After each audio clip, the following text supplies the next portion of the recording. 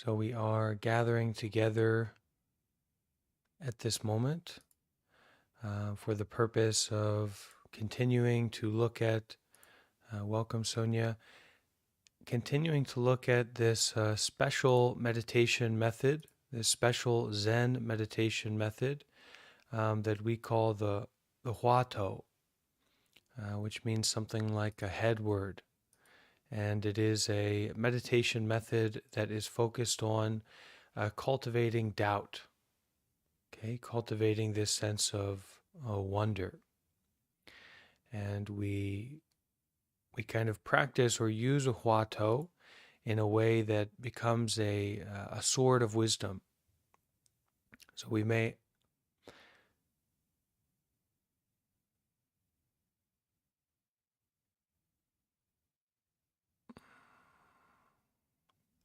ask this sort of question of who is the owner? Who is the owner of this flesh? Who is the owner of this body? Um, what was my original face before I was born? And so we ask this question not in um, a kind of secondary way or a like a vague way, but we ask it with a great sense of sincerity and curiosity. You know, where was I before my parents were born? And we are looking at this huatou together, this method together, um, through a text from Zen master Sheng Yan's disciple, Guru Ru. So we're going to continue with that today. Before we start, does anyone have some experience with the huatou that they would like to share or ask about from what we've been looking into so far?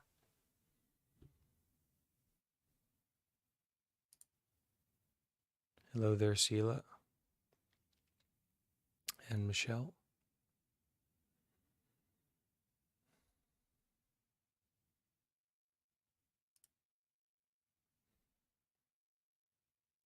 Is anyone having some success on bringing up this kind of doubt, this feeling of doubt, this feeling of wonder with the huatou method? How about you, Steve?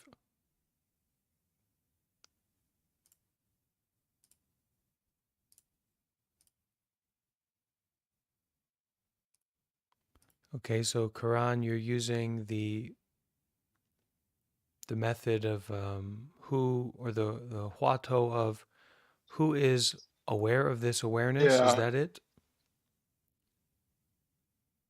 hilarious.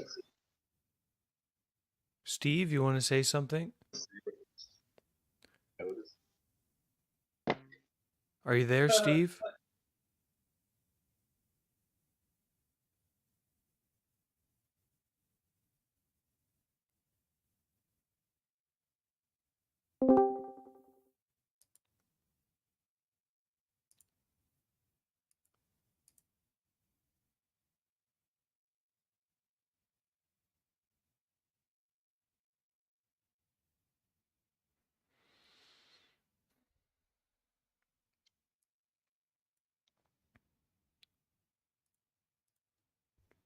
Okay, anyone else want to share something?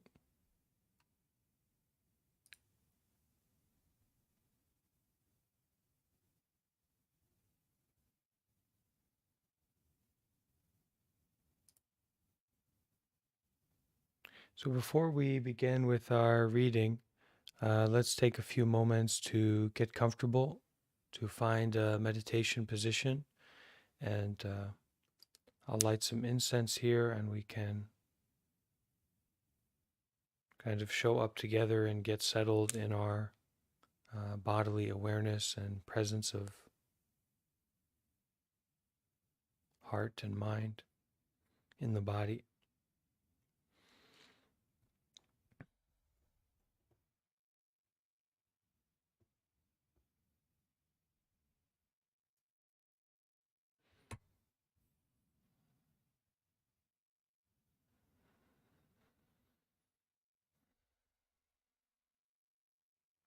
We can take a deep breath and bring the mind home to the body.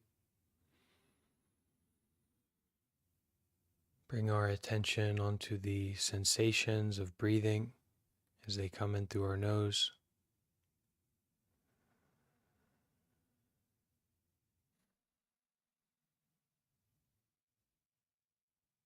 Just start to notice those sensations, those present moment happenings of bodily experience.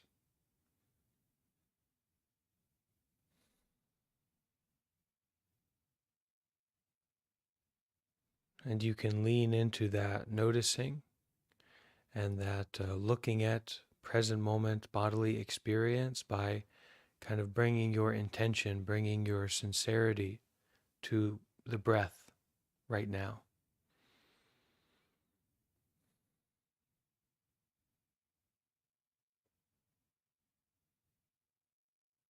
So there's a whole intellectual world that we live in of stories and beliefs and right and wrong and um, good decisions and bad decisions and showing up late, showing up early.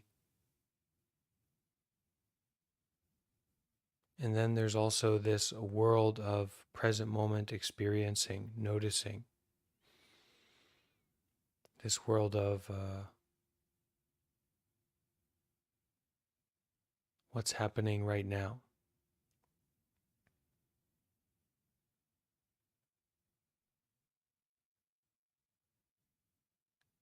So at this moment, taking a moment to make sure our body is in a comfortable, stable position, bringing our awareness and attention onto the breath, and simply settling into this practice of just sitting, just breathing, just noticing what it's like to have a body at this present moment.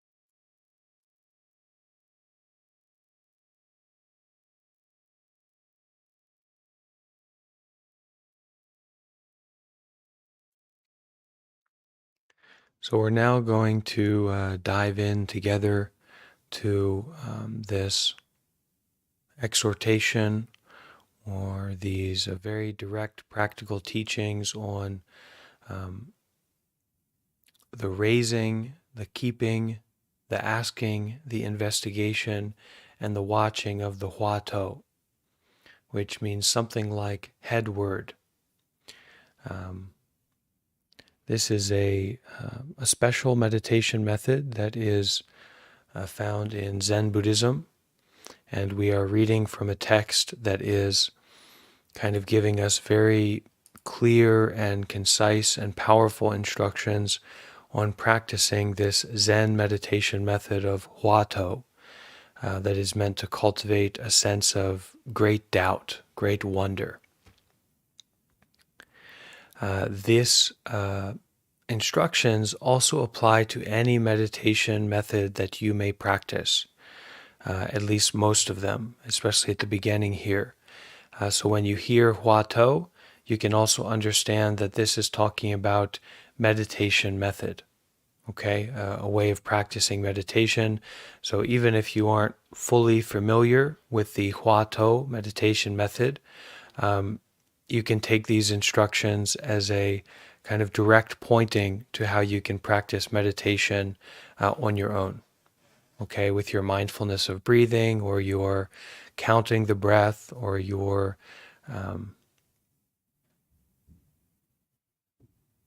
even loving kindness meditation.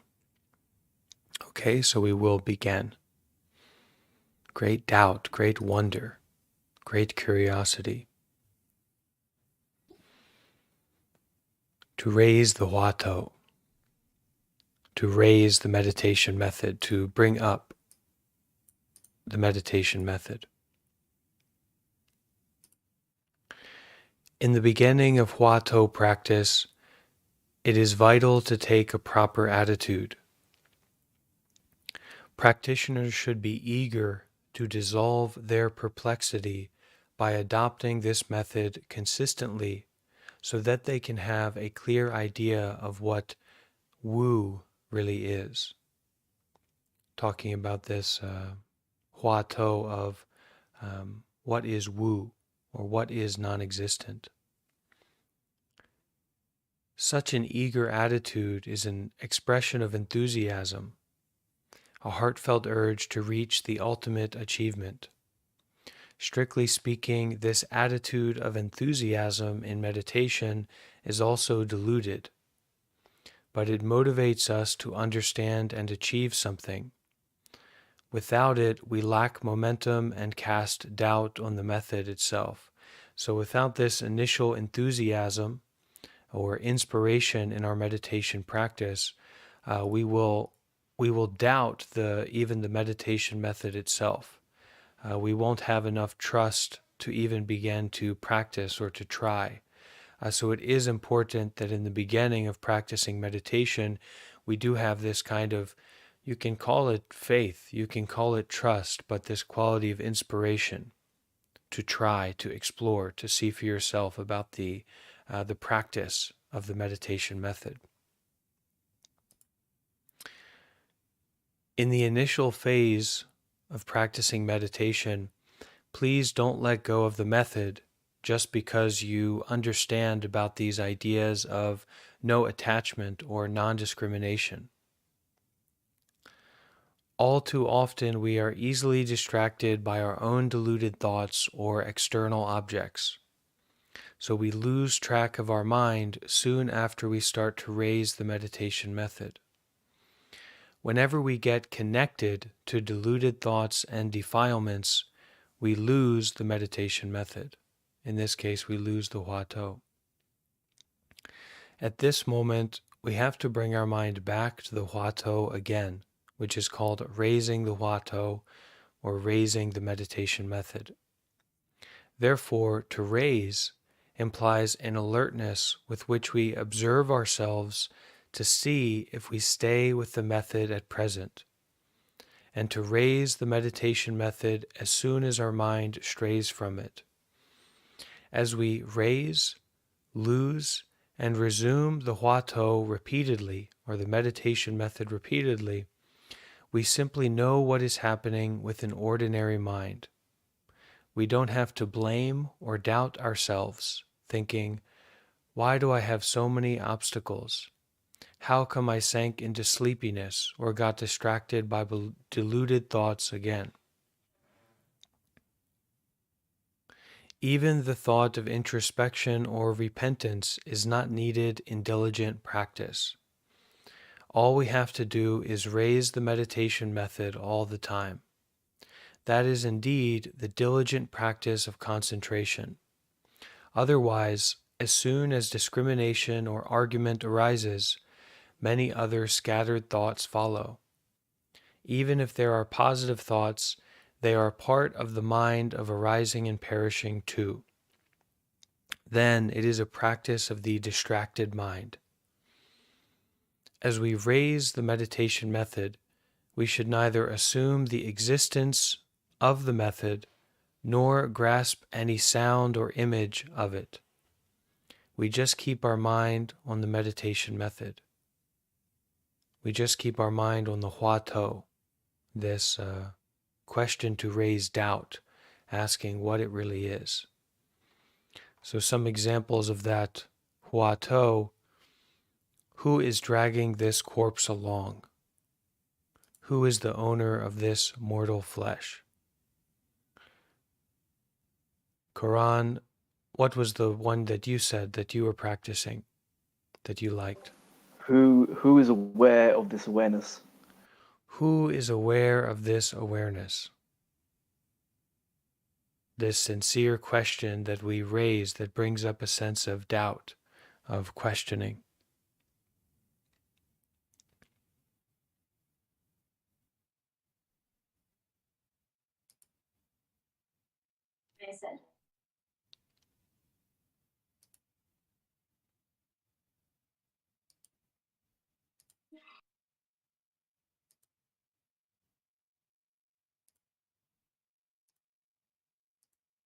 To keep the Hua-To, to keep the meditation method. The second phase after raising the meditation method or raising the Hua-To, okay, what is Wu?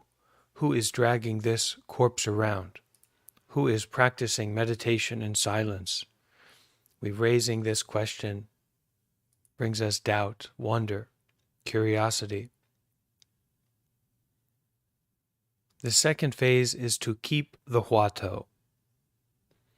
Instead of just repeating the Hua-To, we keep being mindful of it. In other words, we fix the Hua-To together with the sense of doubt, this sense of wonder to our mind, so that we will not lose it so often. Because we have too many deluded thoughts, it is necessary to constantly keep the Hua-To in our mind until we are hardly influenced by deluded thoughts or external situations, until there seems nothing in between the Hua-To and us. AD, are you familiar with the Hua-To? The Zen meditation method, the Hua-To?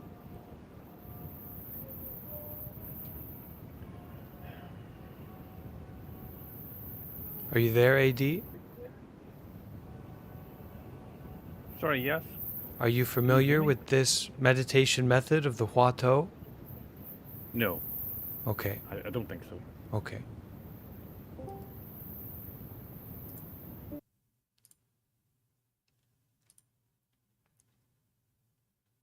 Okay, so Michelle says, here in the Discord, Michelle says, it seems to me that the Hua-To involves using the cognitive thinking function. Is that fair to say?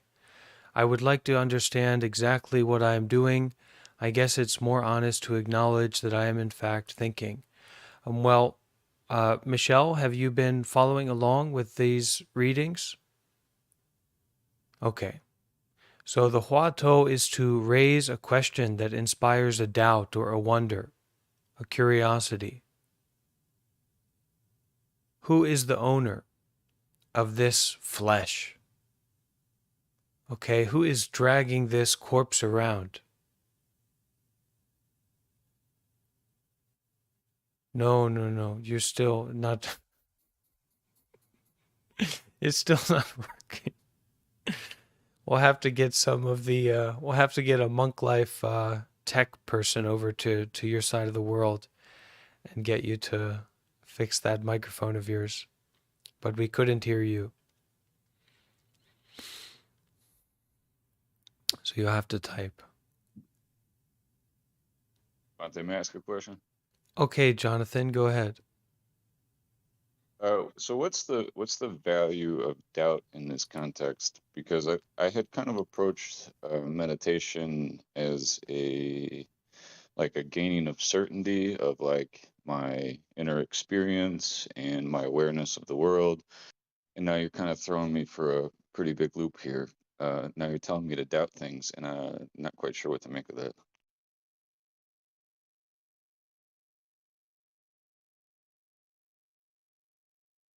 Sure. Well, that's great. That's really good. So we're confident all the time.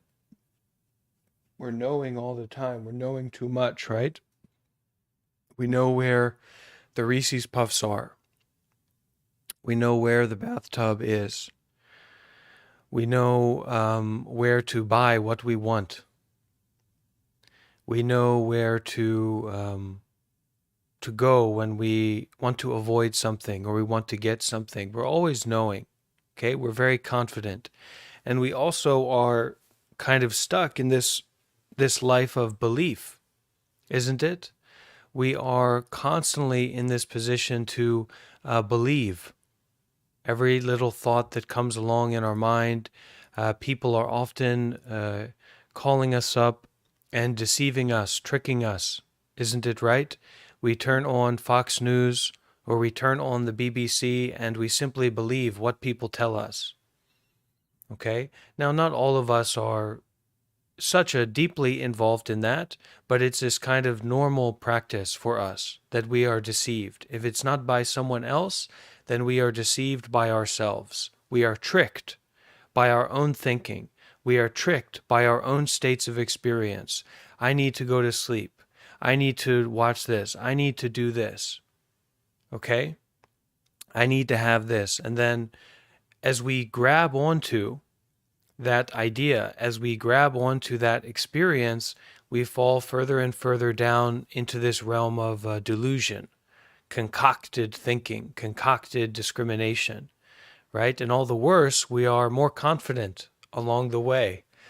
So we're holding this flaming sword of our anger, or this flaming sword of our delusion, this flaming sword of our ignorance, and we're swishing around everywhere, cutting everything into pieces, making problems for ourselves and for other people, isn't it? So this doubt is like not a sword of anger, not a sword of desire, but a sword of wisdom. Okay, this Vajra sword, this sword of wisdom that allows us to cut through our concocted thinking, our self-identified way of living in the world. Okay, so this doubt is a kind of wonder, an authentic curiosity, an authentic building of interest. And it's very important that we develop this.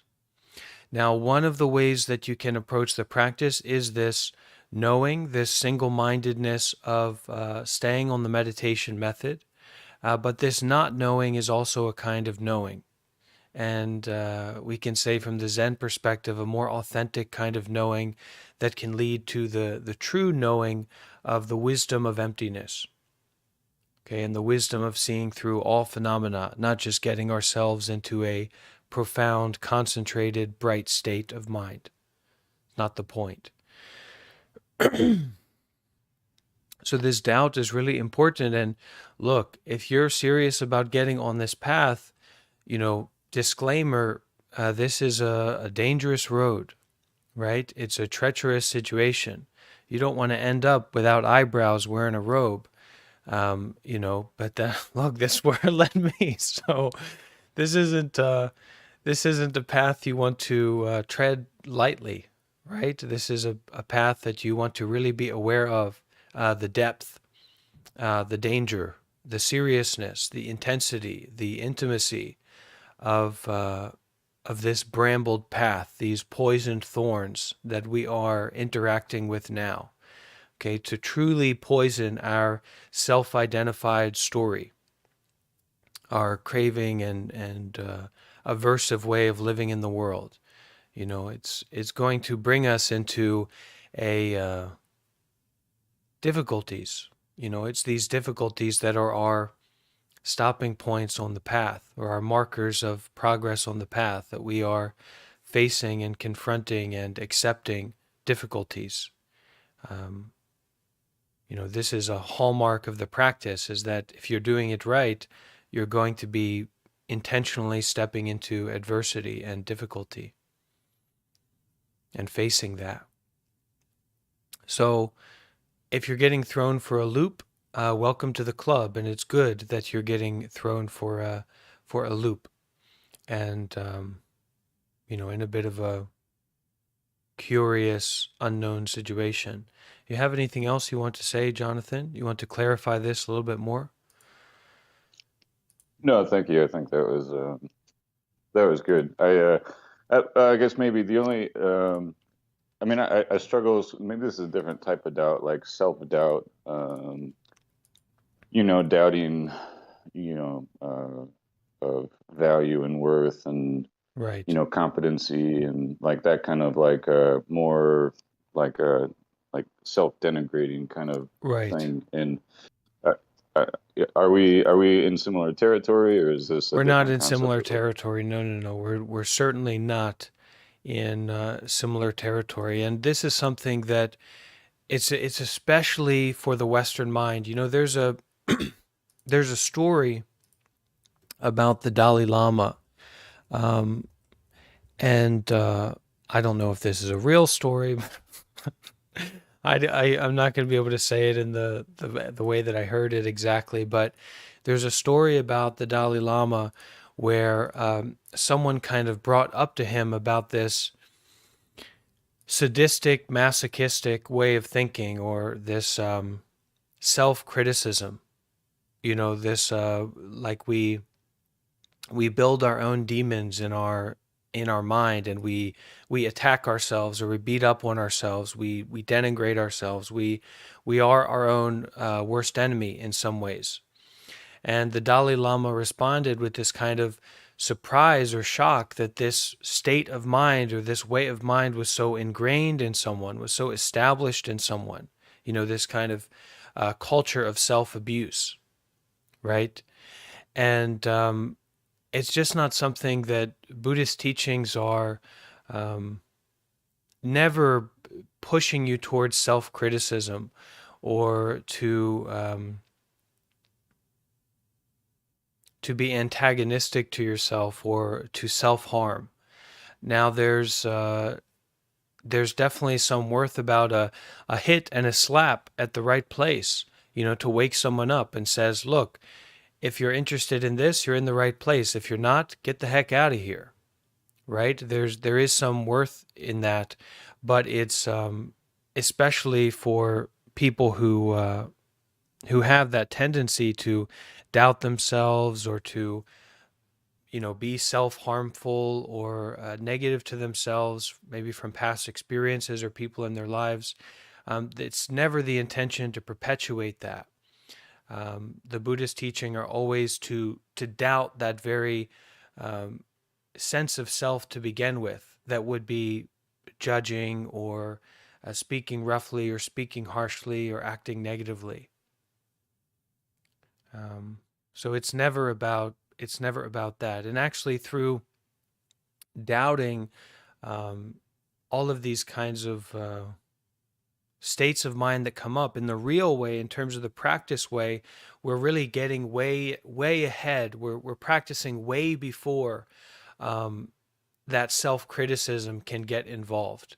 We're doubting the very notion of that self-fixation. Okay? And that kind of opens up some space for how we relate to ourselves. And so then what do you put into that space? Can anybody guess? What practice we put into that space? So we doubt our kind of usual ways of self, okay? That I'm this person in this situation, at this place, at this time, and this is what's happening. We doubt all that, okay? And now we have this kind of spaciousness. Is that necessarily true? Now we have this spaciousness between our direct experiencing right now and this self, right? This someone, this something.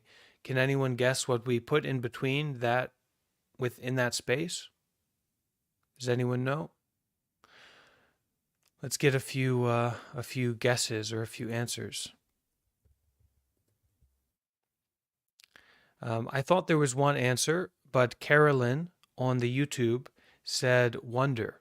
And so I guess there's two answers. Yes, a sense of wonder, a sense of curiosity, a sense of introspection, but also a loving kindness, compassion. Christy said fear. No, I think we've got enough fear. We don't need to intentionally add any more. So we put loving kindness in that space. Okay, this is what it is to be a Buddhist. Okay, a practicing Buddhist. There's no righteous, there's no justification, there's no true animosity or hatred or tearing oneself down or ill will. There's no righteous reason, there's no good reason to cultivate ill will towards yourself in any situation, period. Okay, we simply do not practice that. It's if you're practicing that, you are going against the Buddha's teachings explicitly. Okay, so please be very careful.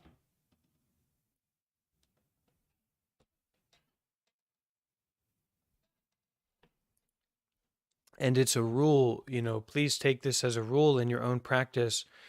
If you ever at a certain time find that there's too much intensity or too much like sharpness or brightness that comes into your practice or your mind, especially if you attend something like a meditation retreat or something like that, just switch your practice to loving kindness. Just put your hand over your heart. Maybe in life something like this will happen, right? Just stop whatever you're doing and get comfortable. Put your hand over your heart. Maybe you need to reach out to someone for help. And then, may I be happy. May I feel loved. May I feel safe. Okay? Who cares about the mind and all this thinking and your past and your future? Who cares? It's enough, right? Just take a step back from all that. You really want to get it. You really want to go down to the deepest depths. At that moment, who cares? Put your hand over your heart and just practice loving kindness. May I be happy. May I be free from suffering. May I be free from self-judgment. 100%. That's always what it's got to be. We all have our desires and our habit patterns, and we should be aware of them. Okay? But we should never be locked into self-judgment about them. To draw attention to them is to bring our awareness to them, not to self-criticize or blame or shame or something like that. It's just to be aware. Okay? And from that place of awareness, we offer our compassion, our loving kindness. Certain habits, maybe they're not going to change. Okay? And for some people, it's, what we call something like a habit, it might be a state of mind or it might be a state of the body. Maybe it's not, some people aren't going to regrow their arm back. Okay? If their body happens to be like that, their arm's not going to regrow back. So we recognize that situation, we recognize that experience. And we're aware of it, and we offer our loving kindness and our compassion to that. And this doubt is primarily to open us up to not being so reactive to what we are aware of, not to see so much self in what we are aware of. Because from the Buddhist perspective, there's not this real true self that's at the bottom of this. It's cause and effect. So there's not a particular someone to be to be upset with or disturbed by.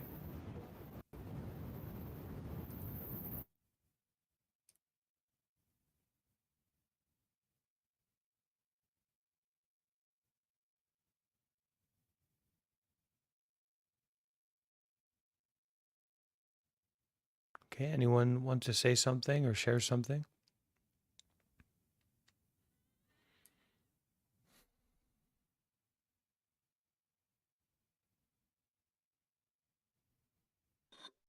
I have a comment, Bante. Yeah. I'm really fascinated by this. This is quite intriguing. I appreciate this teaching today. I just want to say that, or maybe suggest an idea that the Western mind, we're so influenced by Christianity and the concept of guilt and sin and owing to an authority to receive something, salvation or whatever people feel like that is, and that perhaps that is kind of like an unconscious bias that is inside of us now, that we're always critiquing ourselves because the general idea of the society, or those traditional Western societies, is that somebody's watching you, somebody's judging you. So I just had a comment about that, that may be the origin of it. Yeah, there's definitely connection points there. There's definitely connection points there. I think so, yeah.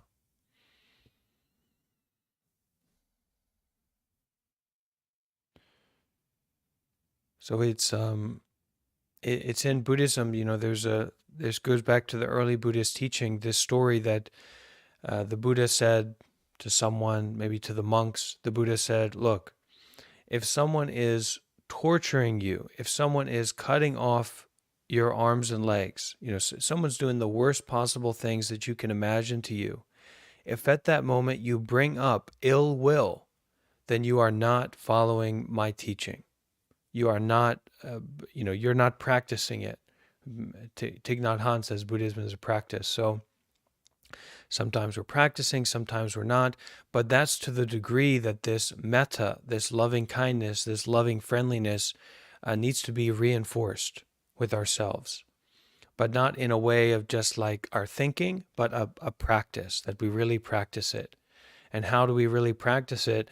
By standing at the edge, right? Being willing to feel that uncomfortableness, to feel that experience of feeling judged, or feeling that there's this habit that we have that makes us unworthy of loving kindness or unworthy of loving friendliness.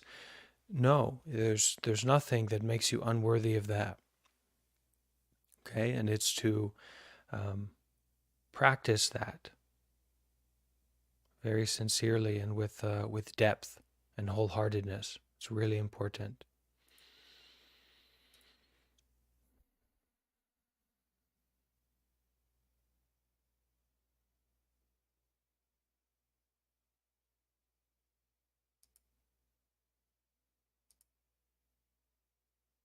Loving kindness is always a good backstop for whatever deep end we take ourselves to in meditation or in spiritual practice. Loving kindness, loving friendliness is just like a raft that's always sitting nearby.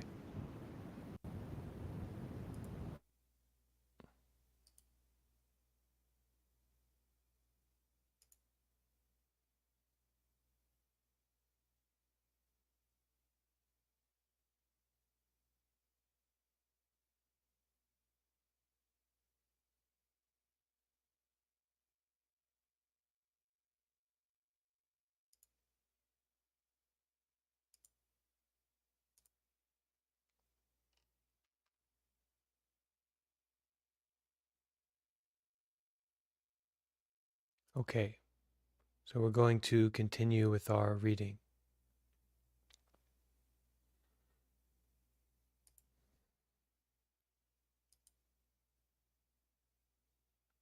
To keep the Huato.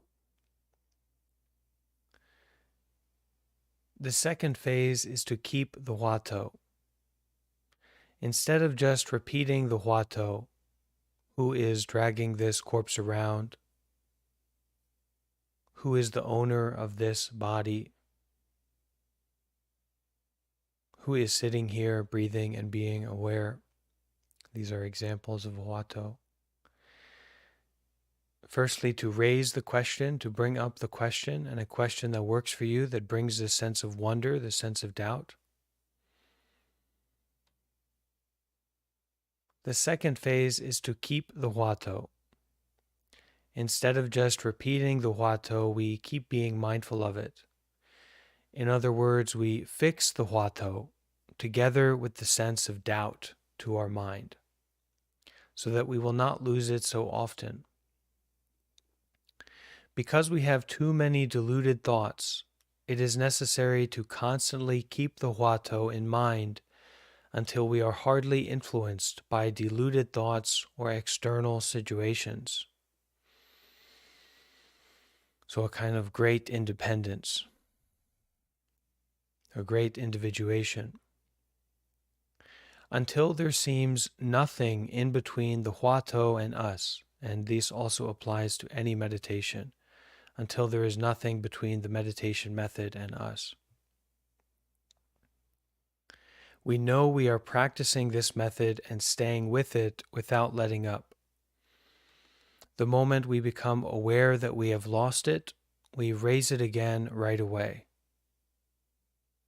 The moment we find ourselves attached to any situation, we let go of attachment to the situation and resume this sense of doubt, practicing the meditation method diligently.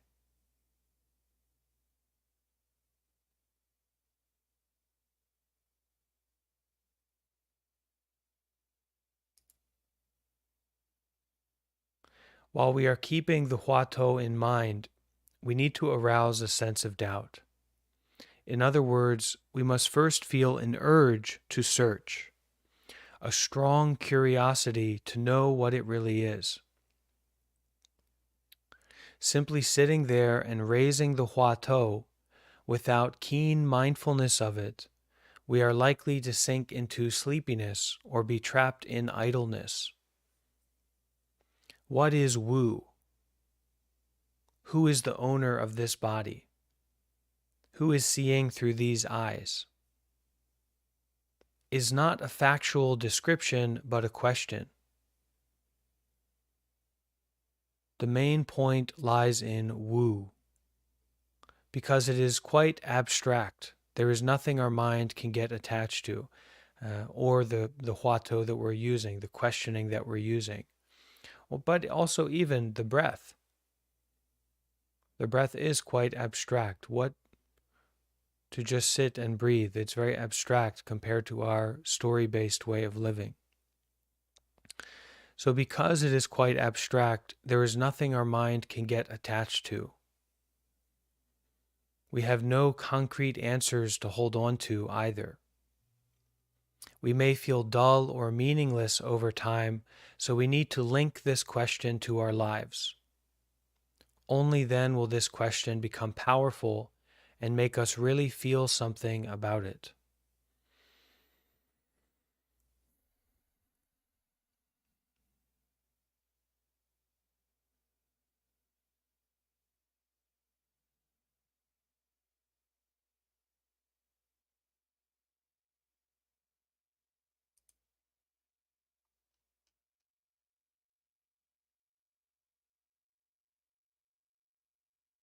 Okay, Stephen says, from my perspective, we are asking ourselves few questions with great interest and curiosity.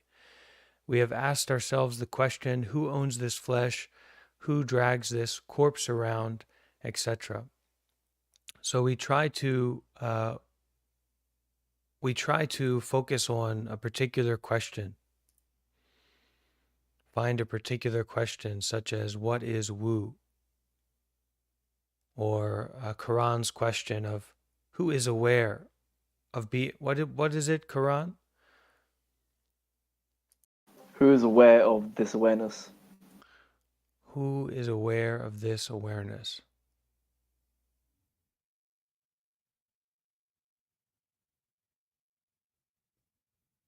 Now, while listening to this talk, it'd be not the ideal time to practice the Huato, but get this information about it.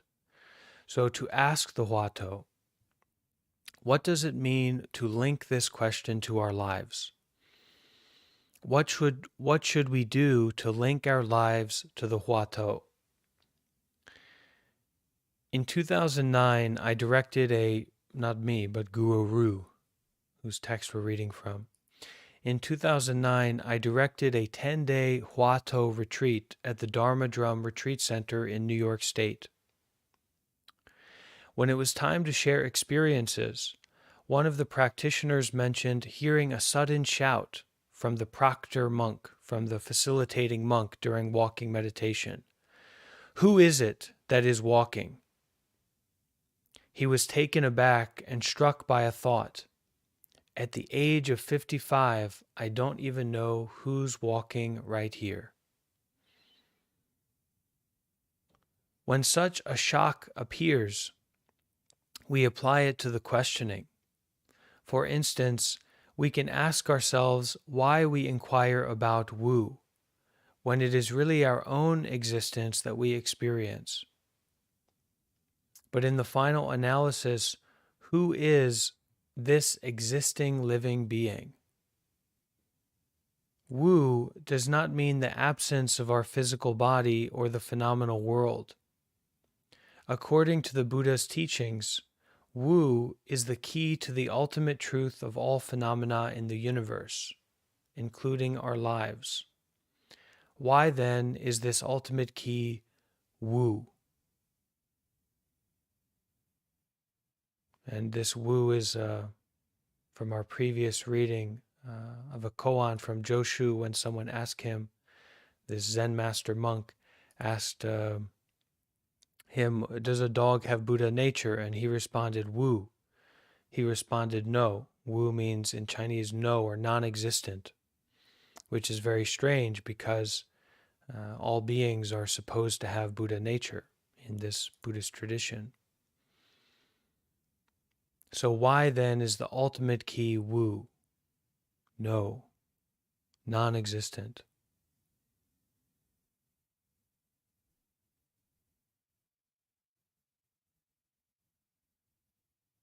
Another participant said he focused so much on the practice that he felt as if his breathing was about to stop, which made him afraid he was dying. This will make some people tense. If this problem gets worse, they may stop sitting practice. This is due mainly to the attachment to the form of body and mind. In fact, if they pay no attention to their breaths, they will still continue breathing. Our fear comes from ignorance about the truth of life and death. In our practice, we can use that fear.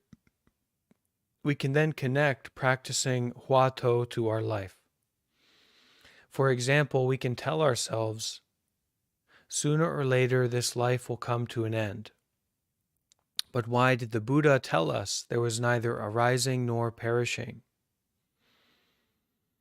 If we continually ask a Huato this way, we connect the Huato practice to our actual life, and we can eventually arouse a sense of doubt based on our body and mind.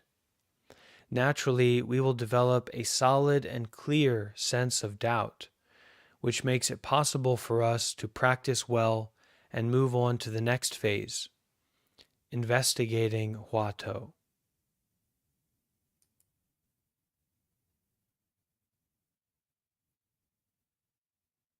So as we develop in this meditation practice, especially when it comes to the Huato and to doubt, we can use everything.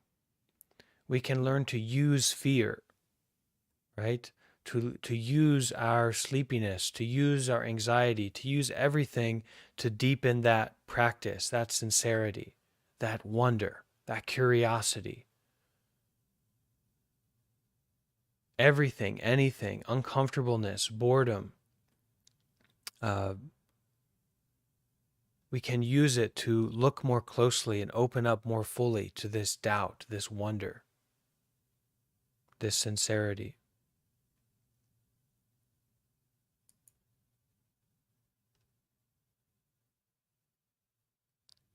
To investigate the Huato. To investigate a Huato means to examine it.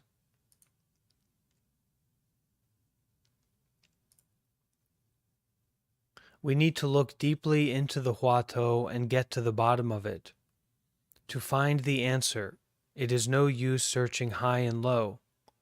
All we have to do is to question it to such a degree that we see nothing else, that we are almost overcome with the concentrated sense of doubt, that we seem to be Yeah.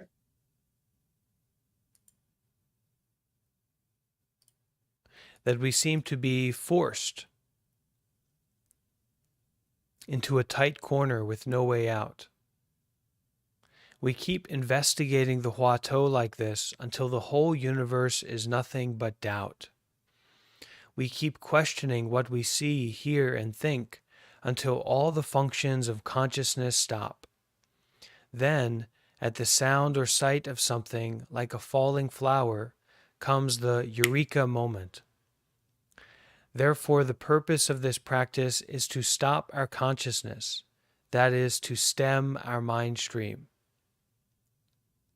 Huato investigation can also be subdivided into 3 levels: joining, merging, and examining. A Huato is something empty, but seemingly existent. It is simply a sense of doubt. We want to catch it, but we try in vain. Sometimes we seem to be able to grasp it, but it suddenly vanishes, and we can do nothing about it.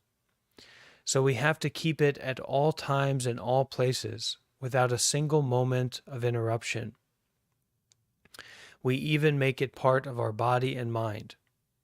This is what it means to join the Huato. Only when the Huato is integrated with our body and mind, when the sense of doubt becomes part of our existence, do we reach the first level of investigation. That is why during an intensive retreat, we cannot let go of the Huato and the sense of doubt. Whether we are walking, standing, sitting, or laying down, doing daily chores, having meals, going to the toilet, or doing any other activity.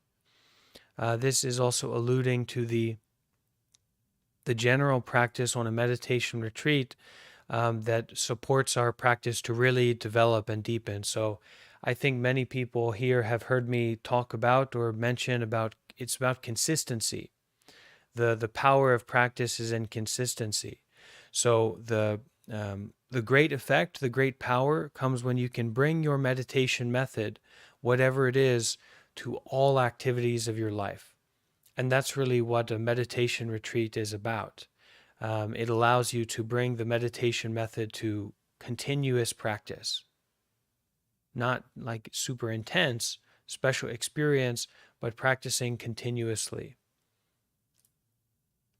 in whatever we happen to be doing.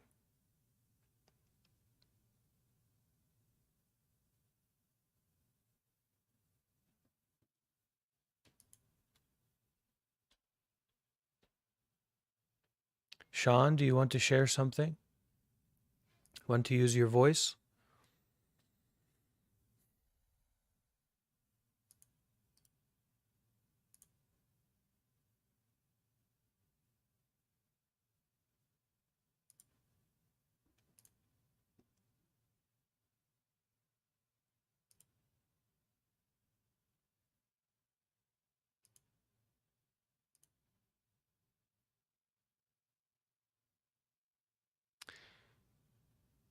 Once the Huato is gone, something else takes its place in our mind.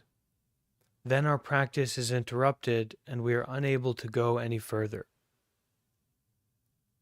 When we can make ourselves inseparable from the Huato, when we can make ourselves inseparable from the meditation method, we enter the second level, merging with the Huato. When the sense of doubt is mixed with our body and mind, there is no distinction between one and the other. It is analogous to mixing water and milk powder. The result is a glass of milk, and we can no longer separate the milk powder from the water. At the first level of joining, though we take the Huato and sense of doubt with us all the time, we still have the notion of a body and mind, which can practice, together with the method which is practice. We simply join them together with the power generated from our practice, but we still feel the separate existence of both. As soon as we reach the level of merging, the body and mind which can practice, and the method which is practiced, then become one. The mixture of both performs many functions.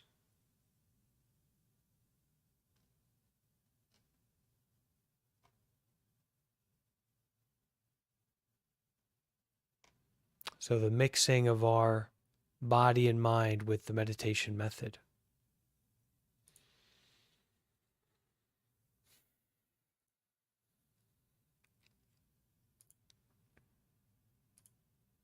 Okay, so let's spend some time to practice together.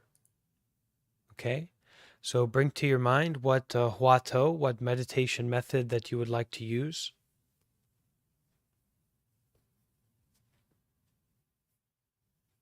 It's a good time to try the Huato meditation method, but if you just want to practice mindfulness of breathing, it's okay. Or if you like to practice loving kindness, that's also just fine. But I liked the Huato that Quran shared of who is aware of this awareness. Is that right, Quran? Okay, all right. So who is aware of this awareness? You can also use what is Wu, or who is the owner of this mortal flesh? Whatever kind of question allows you to arise this sense of wonder, this sense of doubt. And we'll spend some time to sit together and practice this meditation.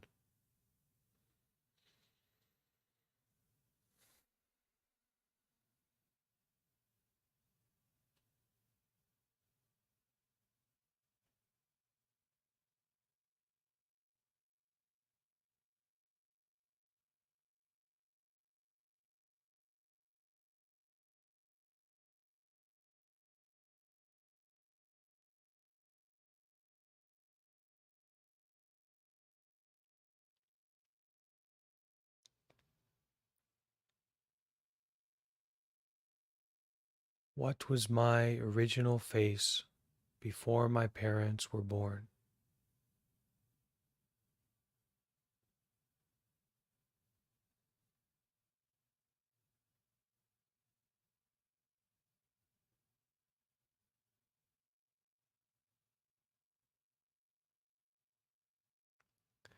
You can repeat this kind of question almost like a mantra, but to arise this sense of wonder, doubt, curiosity.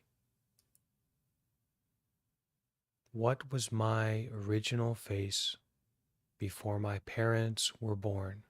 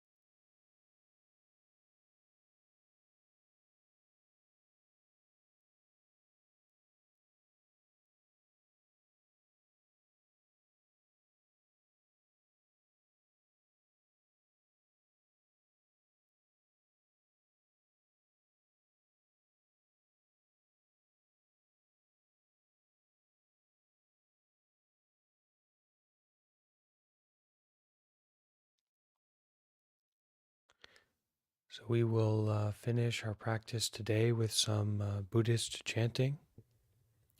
If you know the words, then you're welcome to follow along with me.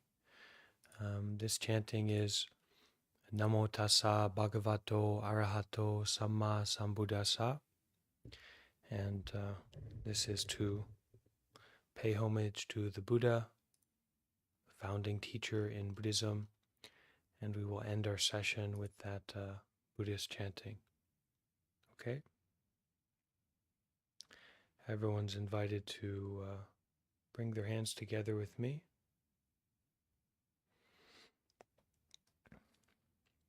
And at the end of the Namo Tassa, then we will do 3 sadhus.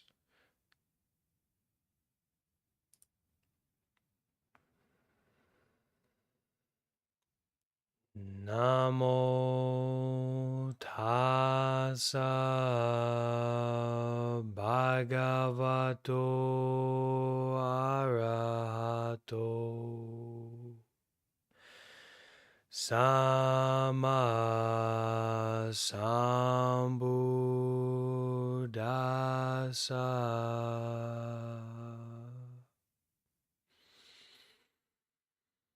Namo Tassa Bhagavato Arahato Samma Sambuddhassa.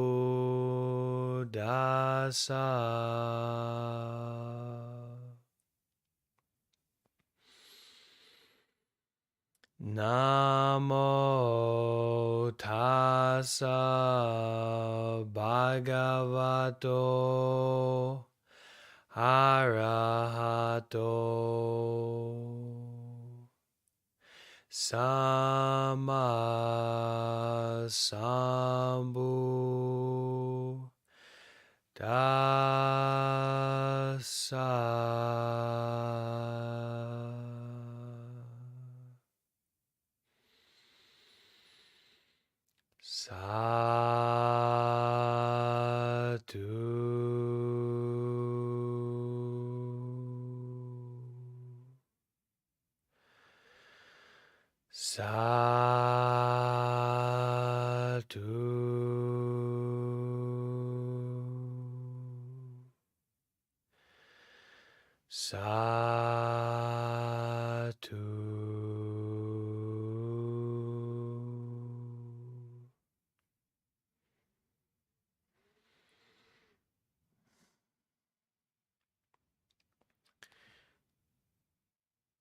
Okay, thank you all for showing up and participating.